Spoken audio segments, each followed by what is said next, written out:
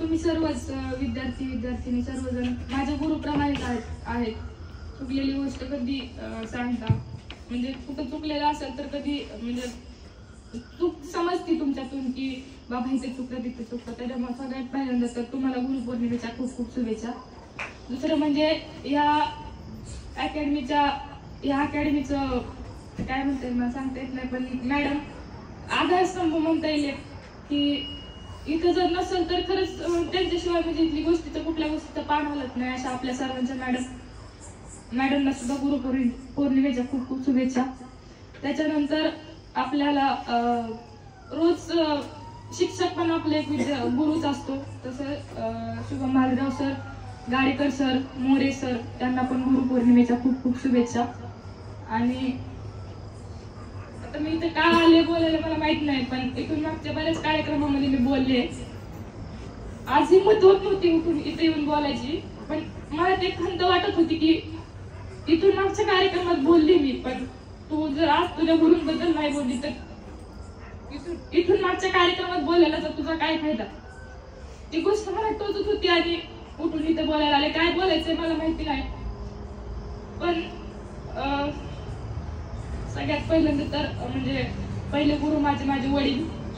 आजपर्यंत आमच्या घरात असं होतं की आमच्या गावात असं होतं की 12वी नंतर अशी कोणतीच मुलगी नाही की 12वी नंतर अशी बाहेर येऊन शिकते आणि 12वी नंतर काहीतरी करते.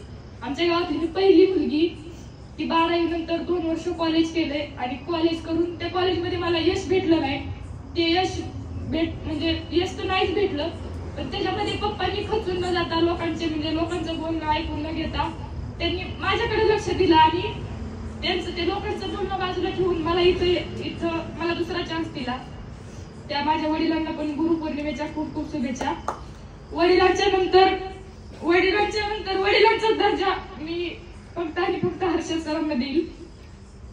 12वी नंतर 2 वर्ष बाहेर कॉलेज केलं मी. तिथं पण शिक्षक होते. आता कॉलेजचे मुख्याध्यापक म्हणजे आपले गुरु, म्हणजे प्रत्येक जण आपला गुरुच. पण आजपर्यंत आयुष्यात जेवढे शिक्षक आले, आयुष्यात जेवढे व्यक्ती आले, आयुष्यात जेवढे गुरु आले ना, त्यांची आणि ह्या माणसाची बरोबर मी आजपर्यंत कधीच करू शकत नाही. प्रत्येकाच्या म्हणजे महाभारतात जसा अर्जुन असतो ना, तसं प्रत्येकाच्या आयुष्यात अर्जुन असतो. लाखो अर्जुन येतील, लाखो अर्जुन जातील, पण कृष्ण एकच असतो आणि तो कृष्ण फक्त हा या टायगर अकॅडमीचा हा देव माणूस आहे.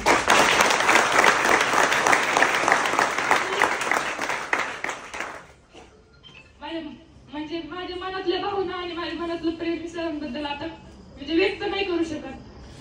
फक्त एवढंच की सरांना फक्त एवढ्या 2 ओळी म्हणून इच्छिते की म्हणजे माझ्या म्हणजे ज्या चुका झालेल्या आहेत त्या चुकांमधून सुधारण्याची संधी मला त्यांनी दिलेली.